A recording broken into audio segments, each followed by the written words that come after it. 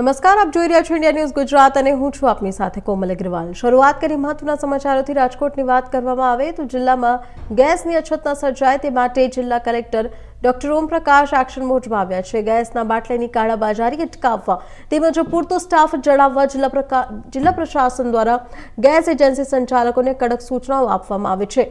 મળતી માહિતી મુજબ જિલ્લા કલેક્ટર ડોક્ટર ઓમ પ્રકાશ દ્વારા રાજકોટ જિલ્લાના મુખ્ય ગેસ એજન્સી સંચાલકો સાથે બેઠક યોજી ગેસના બાટલાઓની કાળાબજારી ન થાય તેમજ સ્ટોક અંગે ખાસ ધ્યાન રાખવા સૂચના આપવામાં આવી છે। કેન્દ્ર સરકારની ગાઈડલાઇન્સ મુજબ જે ઘરમાં ગેસ લાઇનનું કનેક્શન છે તેવા લોકોને ગેસ બાટલા ન આપવા તથા આવા લોકો પાસે રહેલ બાટલા જમા કરાવવા પણ સૂચના આપવામાં આવી છે।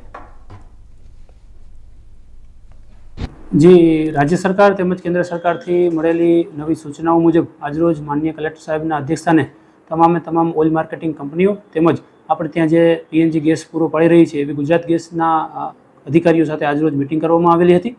રાજ્ય સરકાર તેમજ કેન્દ્ર સરકાર તરફથી મળેલ સૂચનાઓ મુજબ હવેથી કોઈપણ વ્યક્તિઓ છે એકસાથે બે કનેક્શનો એટલે કે એલપીજી કનેક્શન અને પીએનજી કનેક્શન એ બે સાથે નહીં રાખી શકે।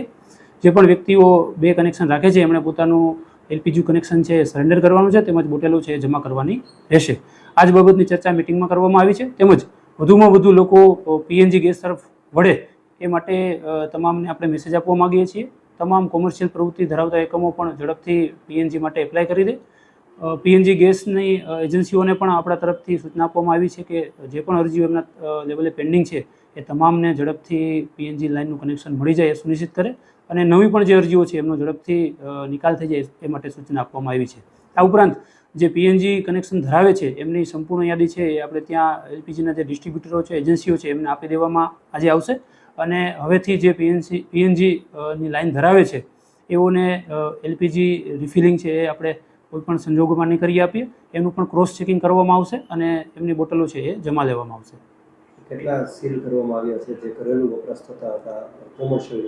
જી રાજ્ય સરકાર શ્રીની પણ સૂચના છે કે ઘરેલું ગેસમાં કોઈપણ પ્રકારની અડચણ ન આવે તેમજ કોઈપણ જગ્યાએ કાળાબજાર કે અન્ય કોઈ ગેરપ્રવૃત્તિઓ ન થાય એ માટે અત્રેના લેવલથી સિટીમાં પણ પુરવઠા નિરીક્ષકોની ટીમ તેમજ 3 મામલતદારશ્રીઓની ટીમ તેમજ આપણા તમામ તાલુકાઓમાં મામલતદારશ્રીની અધ્યક્ષતામાં ટીમોની રચના કરવામાં આવી છે। રાઉન્ડ ધ ક્લોક આ ટીમો ફિલ્ડમાં રહે છે। છેલ્લા 2-3 દિવસની વાત કરીએ તો અલગ અલગ જગ્યાએ ઘણી જગ્યાએ દરોડા પાડવામાં આવ્યા છે તેમજ ટોટલ 150થી પણ વધુ ઘરેલું એલપીજી ગેસની બોટલો છે એ સીઝ કરવામાં આવી છે અને એમના વિરુદ્ધ હવે દંડનીય